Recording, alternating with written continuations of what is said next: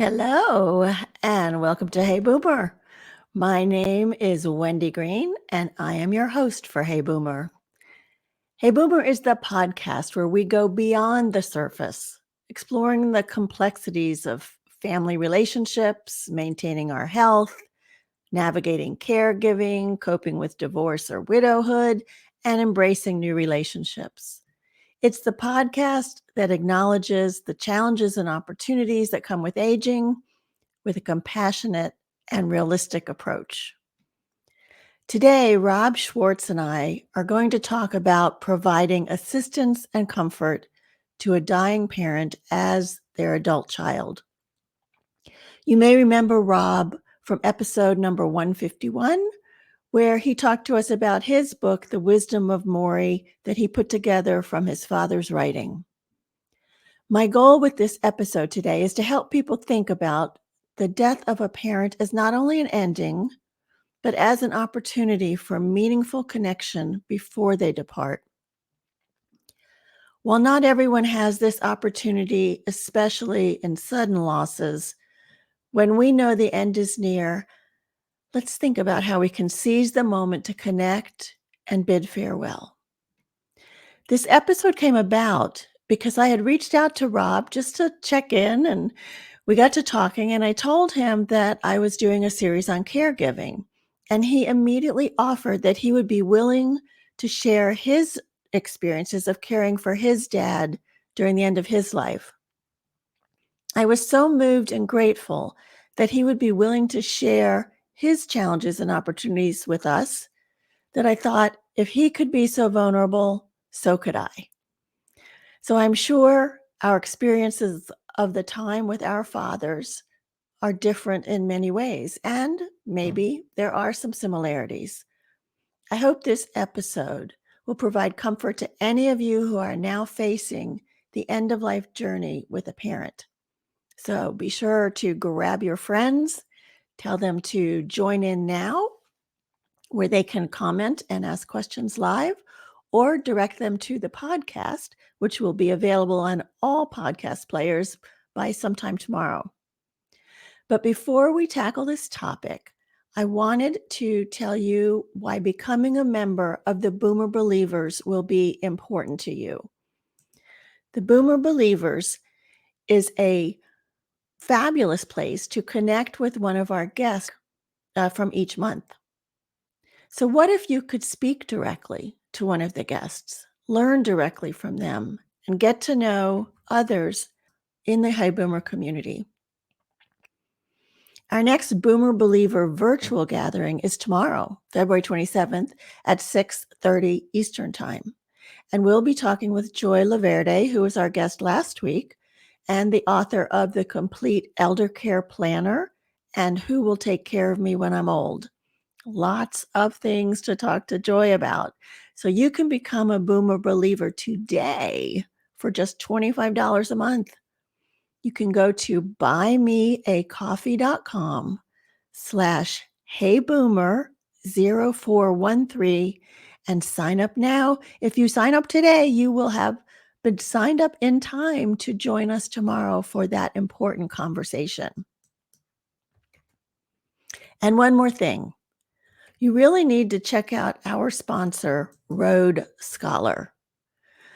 Not only are they the not-for-profit leader in educational travel for boomers and beyond, they're also a remarkable company. Did you know that they provide grants for caregivers who need some rest and relaxation after their caregiving journey? Did you know that they do their best to partner with locally owned businesses on their trips so they support the local business owners and community? And did you know that they offer virtual trips for those who may be unable to actually get on a plane and travel? And they hire local guides who are so knowledgeable and genuinely interested in providing you the best, most informative travel experience possible. So check out all their travel offerings by going to roadscholar.org/heyboomer. Please use the /heyboomer so they know that we sent you. Okay, let's bring Rob on and say, hey, good morning, Rob. Morning, Wendy. Thanks for having me back. Well, I'm glad to have you back. So, briefly, Rob Schwartz is a writer, producer, and entrepreneur. He was a script editor at NHK World TV for 14 years and has been an Asia correspondent for Billboard magazine since 2008. In 2005, he founded the electro rock crossover label Dynastic Records in Japan.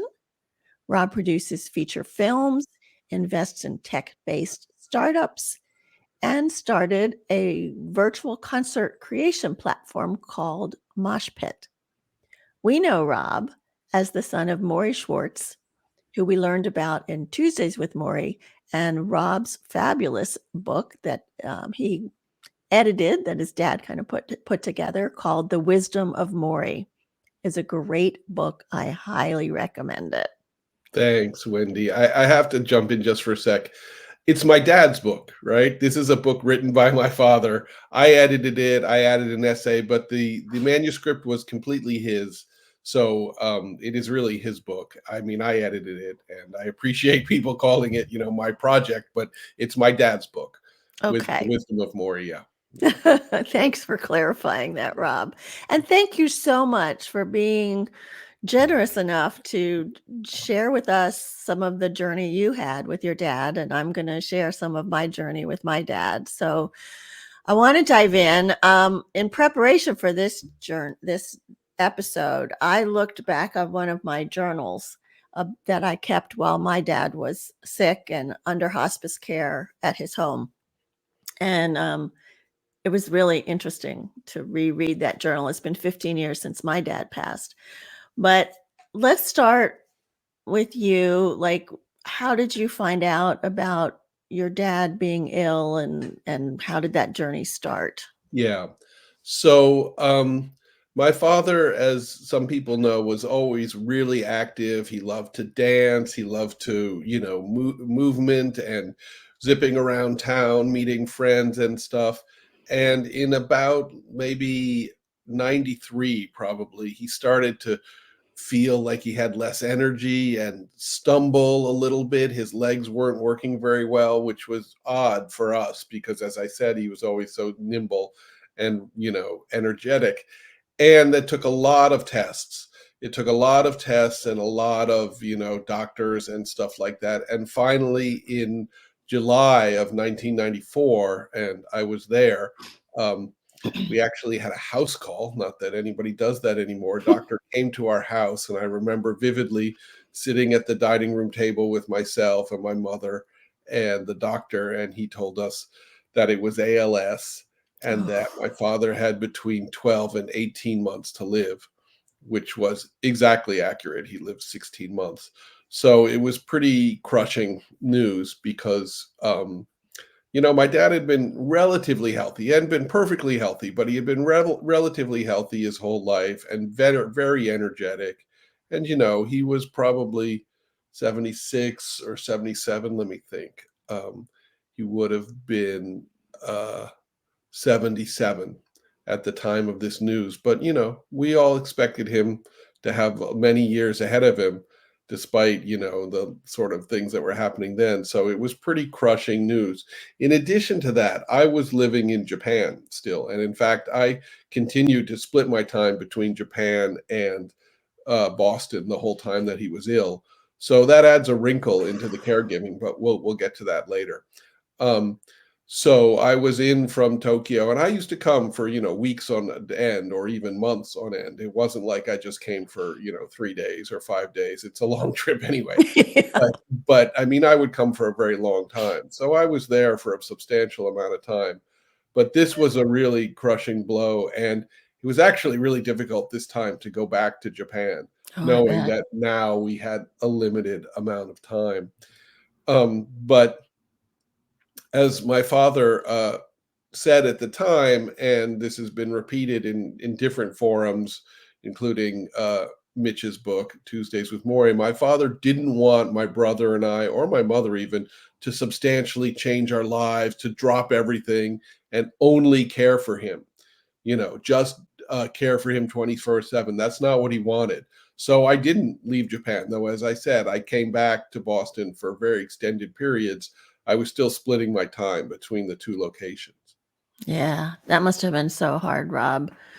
When I found out, my dad had always been an athlete. You know, he played baseball, he played football, he played basketball, he played tennis as he got older, you know, so he was always like physical. And it seems like when he turned 70 is when things started happening. He was diagnosed with an aortic aneurysm, which was scary and fixed. Mm, And then in 2000, he was diagnosed with lung cancer. And oh my gosh, that just kind of set me back. But he had surgery, had half a lung removed, and he seemed to recover from that pretty well. And then it was kidney disease, right? So he started on this whole dialysis program, and that is brutal, but he was persevering through all of that, you know. mm, He was determined to continue to live a good life. And then he got COPD, and that is kind of what pushed him over the edge, you wow. know, going through the dialysis while struggling to breathe sometimes Mm, mm, was tough. And I also didn't live near them. I was in Northern Virginia. They were in South Carolina. And I just knew that, you know, that was too far away as he was getting sicker. And so mm. when they finally put him under hospice care at home, I decided I needed to be there. So I came down and stayed with them for the last few months of his life. Right, right. That I mean, that sounds similar, but you maintained your home in Northern Virginia, so you're basically splitting your time. I mean, that's more or less. I didn't live with my parents for months and months on end, but more or less similar sort of situation. Yeah, Yeah. So yeah. how was that for you being so far away? Being far away was tough. I mean, I guess it's sort of a dual situation because as horrible as it sounds, being far away, at sometimes I could forget about it, continue to live my life, and in some way that's a relief. Just to, I was a pretty young man at the time and had an exciting career in Tokyo. I was a journalist. A lot of things were going on at that time. I started to manage a rock band in Japan that I was really, excited about. So the Tokyo life and lifestyle was very, very exciting. And then, of course, we are dealing with this, terminal situation of my dad, who I was very, very close to. So, in some ways, Tokyo was kind of an escape at that time. And not that I didn't think about it, but certainly at certain points I could put it in the background and do other things. And then, of course, when I came back to Boston, entirely the focus was dad and caring for him and what's going on, and we can talk about that, in more detail. Yeah. Yeah, because I can't imagine how shocking that was, you know, like you go away, ALS progresses so quickly, Mm, and, you know, go away and come back a month or 2 later and see the progression must have that's been, right. That's oof, right. Yeah. I Yeah, it was tough. It was tough. I was in a little bit of denial in the beginning. Like, maybe it wasn't true, maybe it was misdiagnosis, and then you go away and you come back and you see how much worse he is. When he really lost the ability to walk or really started struggled to walk, which probably happened within 4 or 5 months of the diagnosis, then you realize, like, okay, this is exactly how it's going to go, and it's going to be difficult. But yeah, that's just something that you deal with. Um, and also, this is in Tuesdays with Morrie, and also there's my father is on YouTube a lot. If you want to find him talking about it, you can go to YouTube and find Morrie on Nightline. There, all of those clips are up there, and um, he said that it wasn't like, because in the end, we know that he dealt with it so well. He had this incredibly positive outlook, and he remained incredibly alive until the very end. But he said that it wasn't like that was just a snap decision. It took him a long time of mourning for himself and his situation and why did this happen to me kind of thing, before he could put that in the background and say, all right, now I'm, we have to deal with what is, and this is what is. So I'm going to try and make the best of it. But because he did that, because he said, I'm going to try and make the best of it, and I'm going to be very related to people, I'm going to talk about my illness, that obviously made it much easier for us. If he had just I'm going to go and hide in a hole and stay in my bed all the time and be deeply depressed, I mean, that would have been brutal for us. But that's not how he handled it. He was very open and was talking to people and was having people over the house and holding discussion groups about illness and death. And I mean, that's the origin of the whole Tuesdays with Morrie story, is that he was having these discussion groups and having people over the house and talking about illness and talking about death and using his experience as, an example. And that's how the Boston Globe heard about it and wrote a big story about him. And that's how Nightline with Ted Koppel heard about him through the Boston Globe. And that's how Mitch heard about it through Nightline. So that was the origin of it. Him putting himself out there and talking to people and relating and having discussion groups and trying to use his illness as a lesson. Yeah. I think you were fortunate in that. And I was fortunate in that my dad, he always found a silver lining. It was amazing.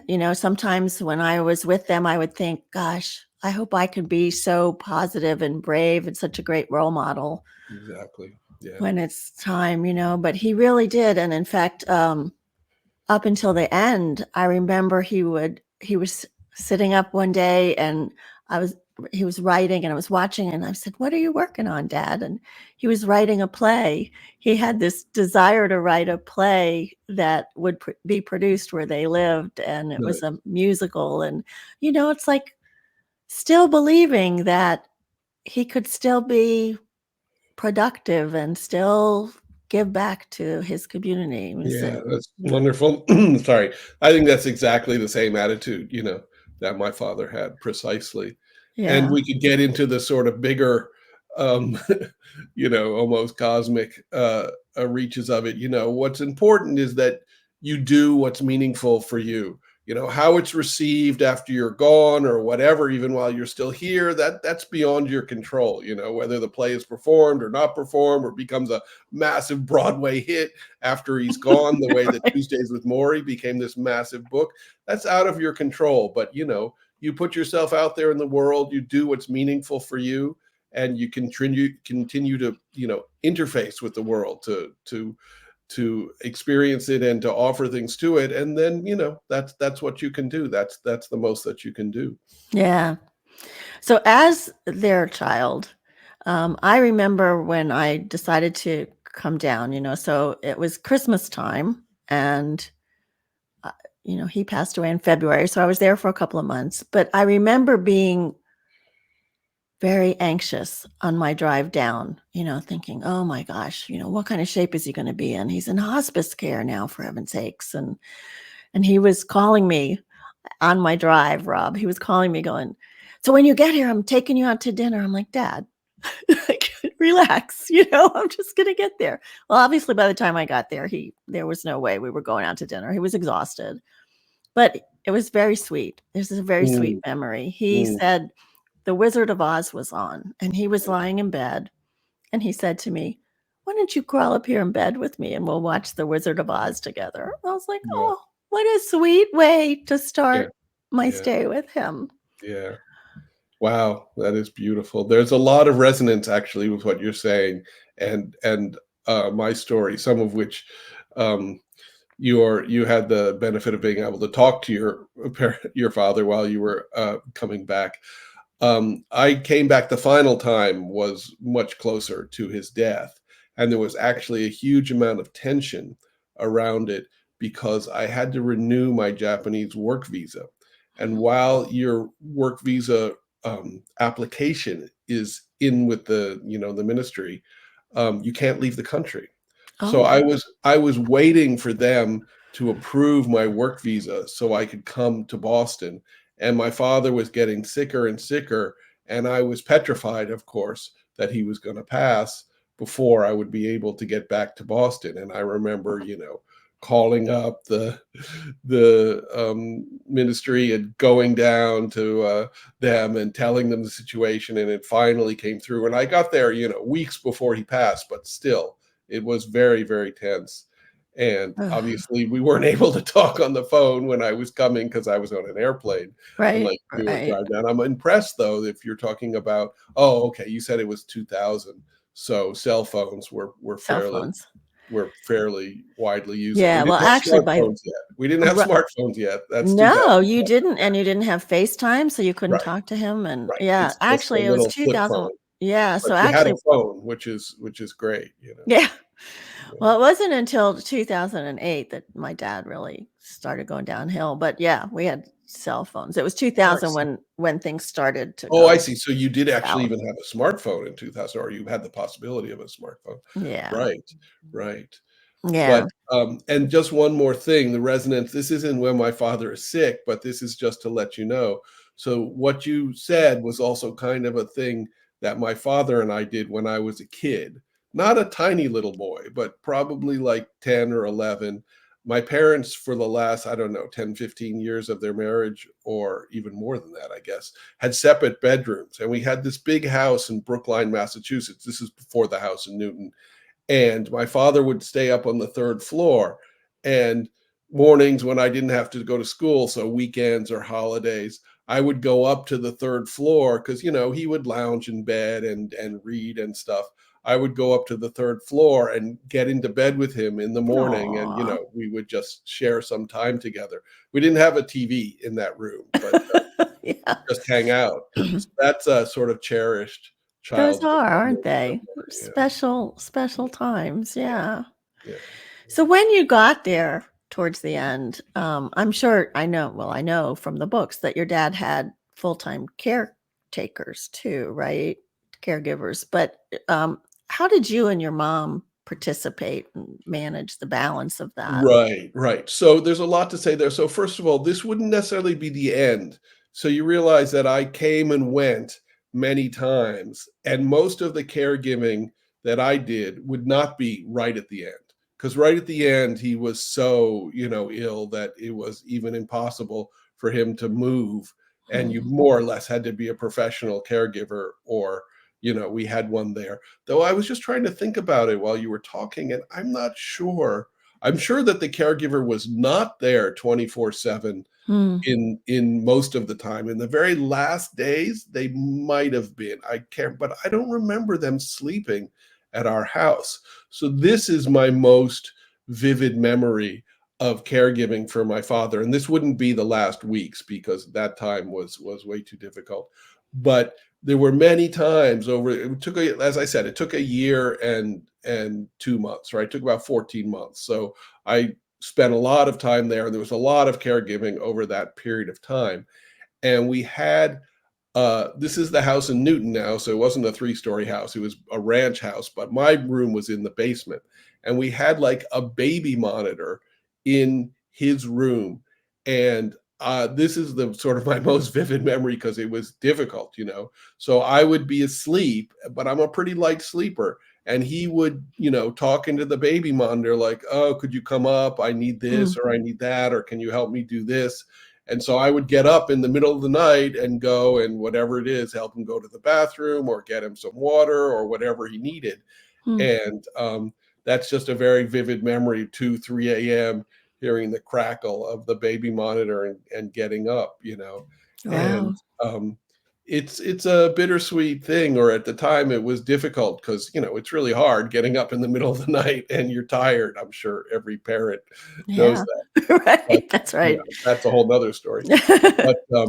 But, now, of course, it's more of a sweet memory having, done that and been able to help him in that way. I mean, of course, there was also caregiving in the daylight hours, but as you mentioned, we had a lot of help. That also, by the way, is directly related. It's so funny how everything is tied in to the Tuesdays with Morrie story, because we wanted to provide him with lots of assistance, right? but we didn't actually have enough money to pay for it. So basically, it drained all of my parents' savings to pay for his in-house, in-home care. In theory, the reason why Mitch wrote Tuesdays with Morrie was to help pay the bills. Caregiving with my dad was, my mom was basically the primary caregiver. And when I came down, it was more of to be of assistance to her. So to like help with meals and to help getting him to his dialysis appointments until it became so much more difficult for him that we ended up getting, the ambulance people to take him there. And, just to spend time with him, like mom was very organized and very specific about what happened next, how she did all these things. Whereas my dad and I, we would sit and watch a sitcom and just laugh out loud. And it kind of alleviated some of the stress for her to hear that we were laughing, even as he was declining. So I saw that more as my role of an assistant. Now he did fall a couple of times and, we had to help get him up, but where they live also, they were in a continuing care community. So we could get additional help if we needed to. So that was very comforting. Right. Right. Yeah. Yeah, I think that's similar. I mean, as we discussed a second ago, we had in-house care. My mother still had a full-time job, or even two of them. So she was, during the day, she was mainly out of the house. But we had care, and I think we had people helping prepare food. So my job was more, to sit with him, to counsel him, to try and do things that he would enjoy, or to help with little things that he might need. But generally, as I said, if I had to do something serious like lift him or help him with to go to the bathroom, that would have been at night, in the middle of the night when the Mhm. caregiver had gone home. Yeah. So, but in general, especially during the day, my role was much like you're talking about, Yeah. just to relate together and enjoy life. So were you able to have some of those spiritual, meaningful end conversations with him before he got to where he couldn't speak? Yes, yes, we were. And this is something that he discussed actually, that, losing a parent or losing a loved one is going to be brutal no matter what it is. But it's a blessing to have the time when the end is coming for the person. I mean, it's hard to know the end is coming, but on the other hand, you have an opportunity to discuss everything that you feel needs to be discussed. So we were able to go over basically my whole life, go over year by year, and memories that we had, and things that were meaningful to both of us. It's always interesting to hear the other parties. You remember one thing and they remember something else, and then when you have the same memory, then it's really sweet. And most of these I don't want to go over too many of them, because I'll probably become too emotional. But a lot of them are very normal childhood things, learning to ride a bike and that sort of thing. But we also discussed, my father was constantly discussing the spiritual aspect, and he wasn't about to offer an answer of, what happens after death, but he was discussing all the ways and the things and what other people said and things like that. And as you probably recall, his take on it was more abstract, you know was he said things like, yeah, maybe the chasm between life and death isn't as great as we think. And then, he had these parable or these stories. You probably remember it. I might have even mentioned it the last time I was on your show, the story of the wave. You remember it? Yeah, Should but I tell tell it you? again. Tell it again. Okay. So this is my father's take on spirituality. And it's two waves are having a wonderful time. They're breaking over the ocean. They're dancing around. They're in the middle of the ocean. They're having a fantastic time. And then all of a sudden, one wave gets really, really depressed. And the other wave says, "What's wrong?" And he says, "Look, you don't understand. There's the shore. We're going to break onto the shore and we're going to be nothing." And the second wave says, "No, you don't understand. You're not a wave. You're part of the ocean." Yeah. So that was kind of, yeah, how he explained it. And I think it is really, I mean, lots of people have very concrete explanations, but for some of us, those are difficult, you know, to accept. And I think Yeah. something like that is more universal. Everybody can sort of understand that we're part of this greater whole, this greater spirit, whatever it is, and however we come back to it, you know. Yeah. Yeah. I love that story. I do Mm, love that story. We are part of the whole, I believe. And my dad and I used to talk about, how he could stay in touch once he moved on, right? mm, Because we believe there is some kind of a continuum of spirit, energy, whatever you want to call it. And I remember, so he died in February, and in April or May, I had a business up in Northern Virginia, and I was up for an award. And as I drove to the center, I was where the award show was, I was thinking, oh, he would have loved this. This would have been great. And suddenly this rainbow appeared over the building. mm, And I was like, oh, dad's here. And so ever since, it's been like rainbow has been our connection, nice, rainbow connection song will come on, or I'll see a nice. rainbow whenever I need to reach out to him. There's a rainbow. So, you know, Yeah. whether it's real or not, it's very comforting for me. Right, right, and I mean, there's 2 ways to look at that. It's real for you, so it's real, you know? The That's right. this our sort of obsession with, is it, you know, real, or is it the ultimate expression of reality? I think that that's something that we have to to disregard or to lose at some point. It's real, it's meaningful for you, and it's powerful for you, so it's real, you know? Right. That's the way that it is. And, you know, if somebody, atheist or whatever, tries to deny that, then they just don't understand human beings, you know? Right. Right. Do you On the have other hand, if somebody tries to impose their belief system onto it, that's not good either, you know? I had a lot of people came to my father when he was ill and said, "Oh, you should, you know, repent, or you should right, accept right, right. this or that," you know? It's like, "Yeah, you're missing the point." Right, right. Yeah. So do But you feel like there's still some connection, some way you can connect with your dad to this yeah, day? that's that, you know, I'd love to give you a resounding yes, but I have to tell you that it's a tough one. I certainly felt that way for, many years Mhm. after he passed, and this is something that still sort of, like, is incredible to me, and I'll tell you the story.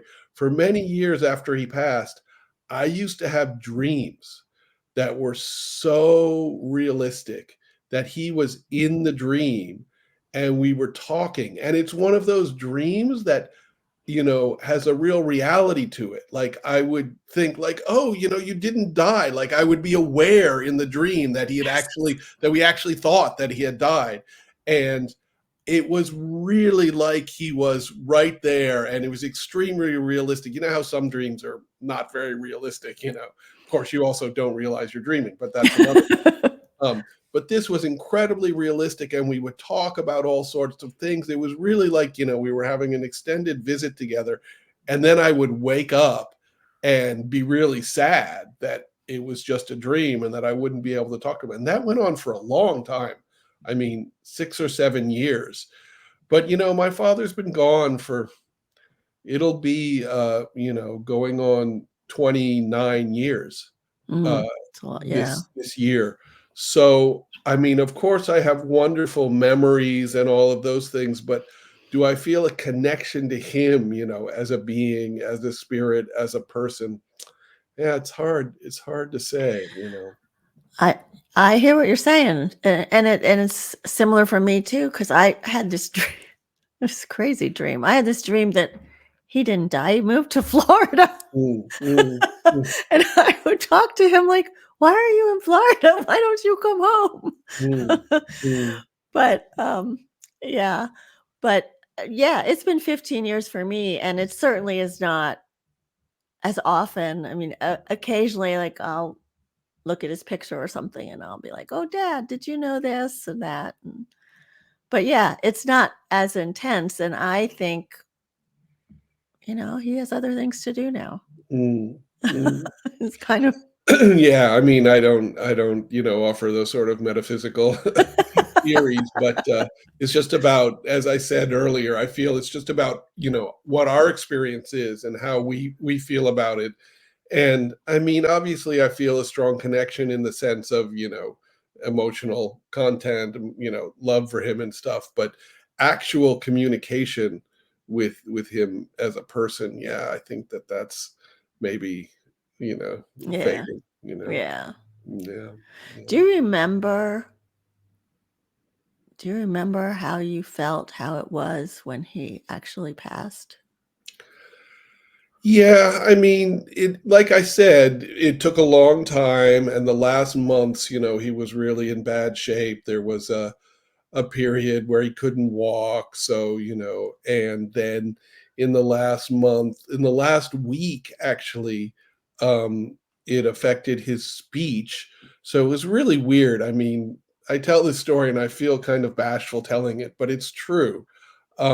He could barely speak, and nobody could understand him except for me. Huh? It's really odd, but it actually did happen. And we spent a lot of time together at the very end, the last week, let's say, the last week before he slipped into a coma. He slipped into a coma, and survived for like another 5 or 6 days. The doctors Mhm. were amazed. They were like, "Oh my God, he has an incredible heart. It just kept pumping away." Um, but when you see somebody in that state, so compromised, I you know, know.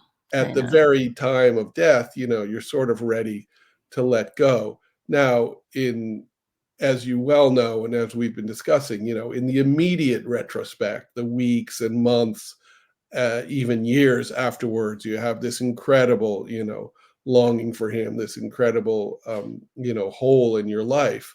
And it's kind of ironic that it's more difficult 2 weeks afterwards, or at least was for me anyways, more difficult 2 weeks afterwards or a month afterwards than the actual moment that he passes, because when he was there, he's so compromised that you're Mhm. kind of ready to let go. But we had a lot of memorials and things like that, and those were pretty powerful, pretty emotional. Yeah. Yeah. I know when my dad passed, it was the middle of the night and the caregiver was there and they woke me up to come in, and I kinda like you, I think at that moment, he was ready, he had kind of said his goodbyes to everybody, Yes, he yes, was ready, yes. um, and we went into, what has to happen next mode, you Right, know? right. But once I got home, oof, Yeah, I mean, I yeah, can remember sometimes just melting yeah, into yeah, tears and yeah, like I've never experienced before. yeah, yeah, it's the Yeah, same. Yeah, yeah. yeah. But I'm so grateful to have had that time with him at the Right, end though, right, absolutely, and absolutely. hospice was amazing. Did y'all have hospice care? No, we didn't really. I mean, he wanted to be at home. He wanted to pass at home. We had a caregiver at the very end. We had a caregiver and a nurse. So we did have a nurse, but that was for like medical opinion sort of thing. Just to go back to it for a second, the very last minutes. It was really interesting. As you said, your dad, had said his goodbyes and he was ready. So we had somebody sitting with my father all the time. And I Mhm, was the last person to sit for it with him. mhm, We also, no, I'm not sure that the nurse was present at that time. I went out to get a glass of water and he passed in that instance, and we mhm. all felt that it was like, okay, that's the way he wanted to go, where there Yeah, was nobody else there who had to experience that. yeah, But we yeah, all sat with him. It wasn't at night, it was in early evening, so or late afternoon.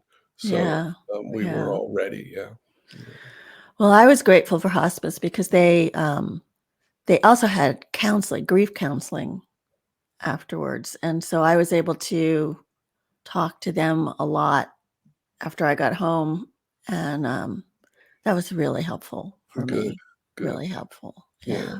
yeah, So if you could, like, a couple of takeaways that, we're talking about, obviously, we know our parent is going to pass. mhm, It's not a sudden death.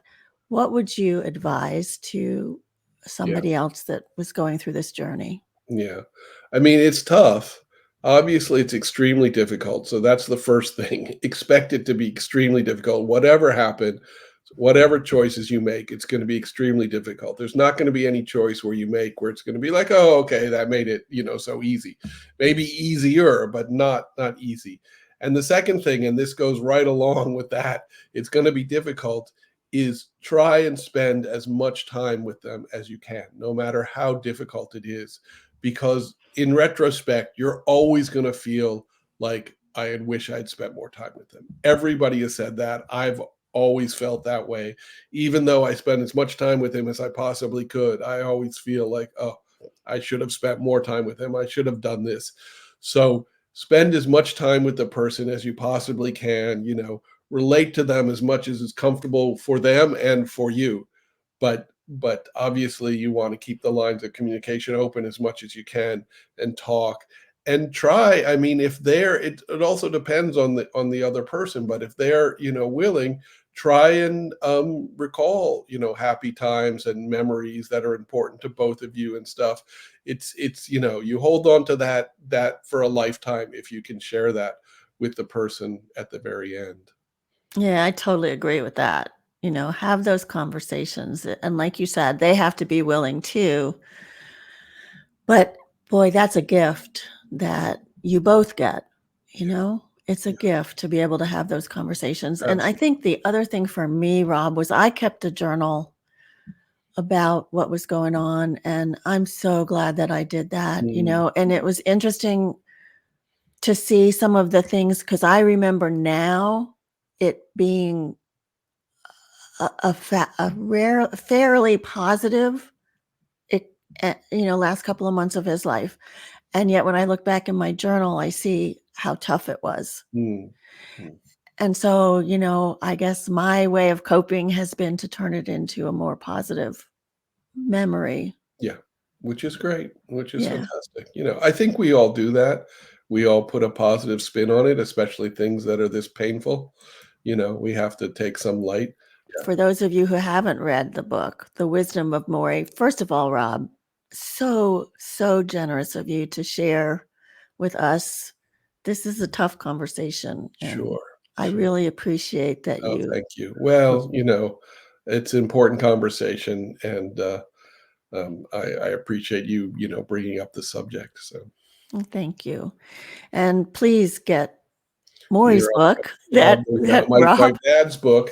It's That's right. totally written by Morrie Schwartz, the man himself. This is a manuscript that he wrote entirely, and I edited.